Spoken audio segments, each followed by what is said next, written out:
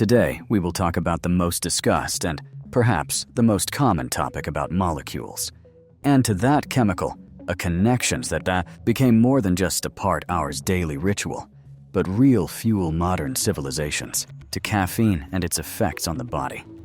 A person is incredible, a complex multifaceted and gripping saga that extends far beyond a simple invigorating effect, affecting neurochemistry, cardiovascular system, metabolism, digestion, hormonal background, mechanism, sleep, genetic features, and even protective functions organism. First of all, I want to say that fundamental action caffeine begins in our brain and nervous system, where he acts as a skilled deceiver, and his main neurochemical influence is that it is antagonist adenosine.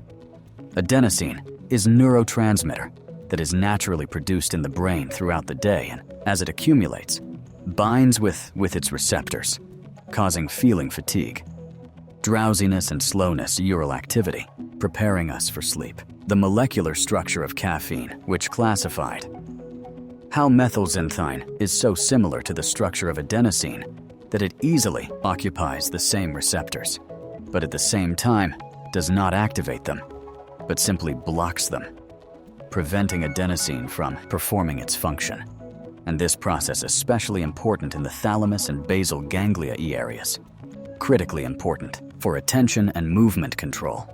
And as a result, despite the accumulation adenosine, brain continues work as if not tired. Neural activity is getting stronger, and we feel a surge of energy, an increased concentration's attention, improvement time, reactions, and rise mood that does caffeine, powerful psychostimulant, which helps temporarily overcome fatigue and improve cognitive functions, especially in conditions lack of sleep. And this stimulation also includes impact on the cerebral cortex, increasing speed processing information. However, please note that impact caffeine is not limited blocking receptors.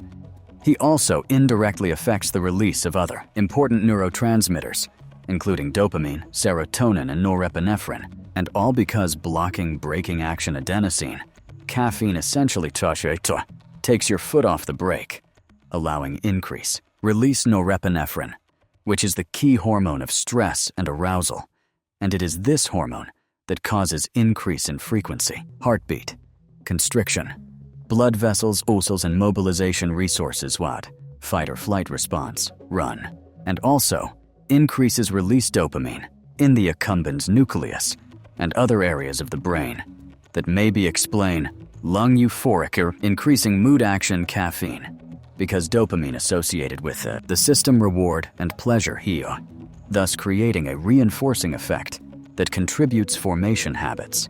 In addition, caffeine strengthens production adrenaline.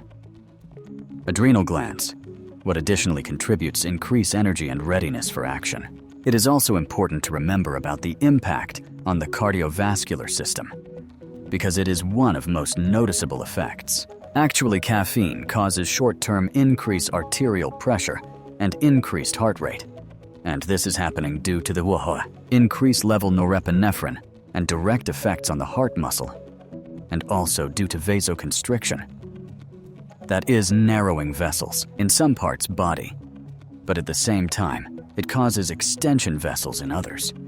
For example, in the vessels of the heart and muscles.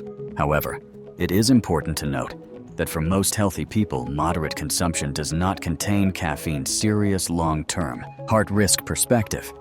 And conversely, some large-scale cohort research show that regular use may be associated with small reducing the risk of developing cardiovascular diseases, including ischemic disease, hearts, and at the same time, for people suffering hypertension or arrhythmia, consumption caffeine must be strictly controlled, because sharp pressure surges and increases tachycardia can pose a risk. Besides this, caffeine possesses expressed diuretic effect that is related to his ability to inhibit reabsorption. Sodium and water in the kidneys tubules, increasing blood flow in the kidneys, promoting increased withdrawals, fluids and electrolytes. But from the point of view metabolism and physical activity, caffeine performs How powerful fat burner and ergogenic remedy. It stimulates nervous system, which sends straight signals. Fatty cells for splitting triglycerides into free fatty acids. Glycerine, process lipolysis, releasing fatty acids into the blood where they can be used as fuel, and this strengthens thermogenesis, heat production, and slightly increases basal metabolic rate. But what more important for athletes, caffeine significantly improves endurance and strength indicators, reducing feeling, muscular pain, and fatigue during long-term training, because it is assumed that it changes perception pain and fatigue in the central nervous system, allowing athletes to train longer and more intense toy. And this effect is considered one of the most reliable and proven in sports science, especially in sports such as running or cycling, where it helps save muscular glycogen, causing the body first of all burn fats. But here is additional, but extremely important influence: caffeine associated with digestion system. It is strong a stimulant of intestinal motility, which often leads to the desire, visit the toilet soon after use. And this is achieved through release. Hormones gastrointestinal tract. And also caffeine increases production gastric acids that maybe contribute digestion in healthy people. But in people prone to heartburn, gastroesophageal reflux diseases or ulcers can worsen symptoms due to relaxation, lower esophageal sphincter, and also costs mention its interaction with assimilation calcium, because it was shown that excessive consumption caffeine, maybe some increased withdrawal calcium in urine, which in theory maybe insignificantly affect the density bone fabrics, although with sufficient consumption. With calcium and vitamin D, this risk is minimal. Can't do the same.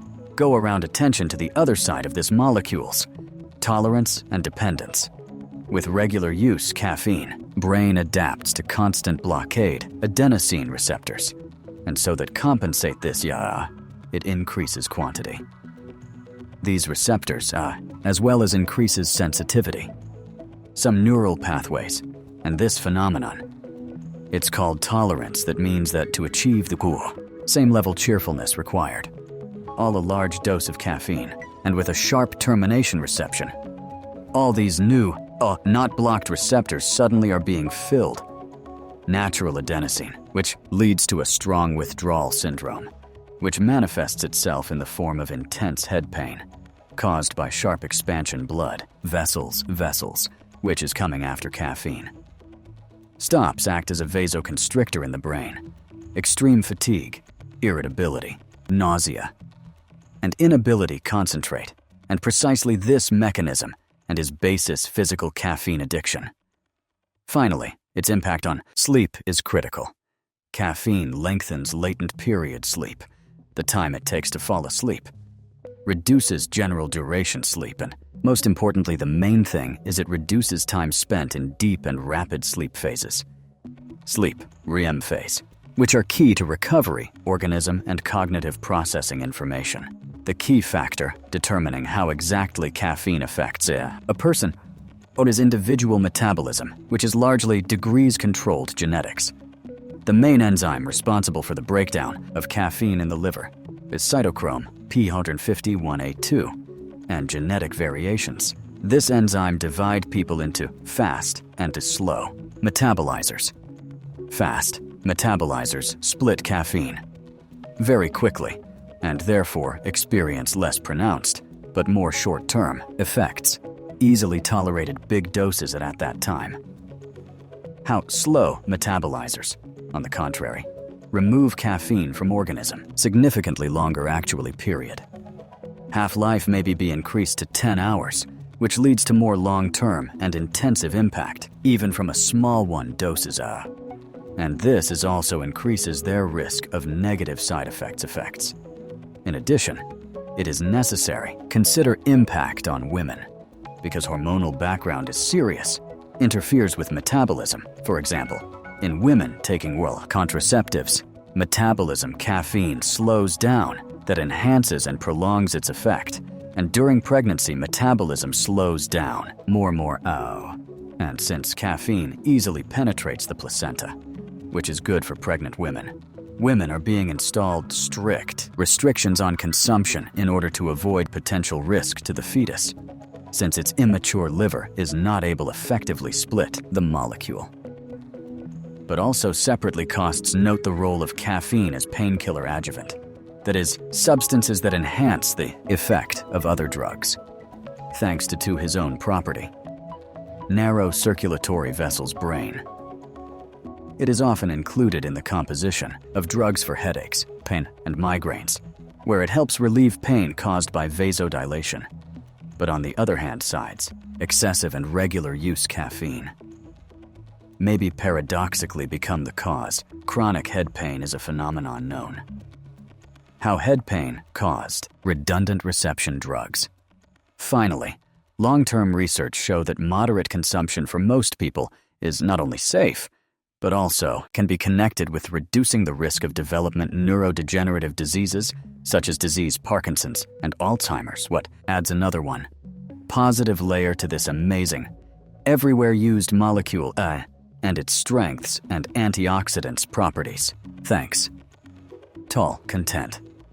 Phenolic compounds in carrier drinks also contribute to the overall protection cells the body from oxidative stress. Stress